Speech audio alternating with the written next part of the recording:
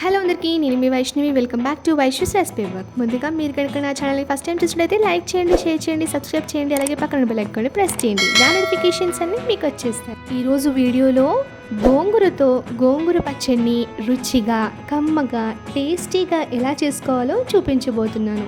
ఈ గోంగూర పచ్చడి చేయడం చాలా సింపుల్. గోంగూర అనగానే నోట్లో నీళ్ళు వచ్చేస్తాయి. మరి అదే గోంగూరతో గోంగూర పచ్చడి చేసుకుంటే ఆహా, వేడి వేడి అన్నంలో గోంగూర పచ్చడి వేసుకొని తింటే అన్నం ఎంత తింటున్నామో తెలియకుండానే తినేస్తాం. గోంగూరలో యాంటీ ఆక్సిడెంట్స్, న్యూట్రియంట్స్ ఎక్కువగా ఉండడం వల్ల హెల్త్కి చాలా మంచిది. మరి దీన్ని ఎలా చేసుకోవాలో చూసేద్దాం. ముందుగా స్టవ్ పైన కడాయి పెట్టుకొని అందులో 2 టేబుల్ స్పూన్స్ ఆయిల్ హీట్ అయిన తర్వాత జీలకర్ర, పచ్చిమిర్చి, వెల్లుల్లి ముక్కలని యాడ్ చేసుకోవాలి. 2 కట్టల గోంగూరకి 10 నుంచి 15 వరకు పచ్చిమిర్చి, 5 లేదా 6 వెల్లుల్లి రెబ్బలని యాడ్ చేసి ఫ్రెష్గా వాష్ చేసి పెట్టుకున్న గోంగూరని కూడా అందులో యాడ్ చేసుకొని చక్కగా ఇలా చూపిస్తున్న విధంగా ఫ్రై చేసేసుకోవాలి.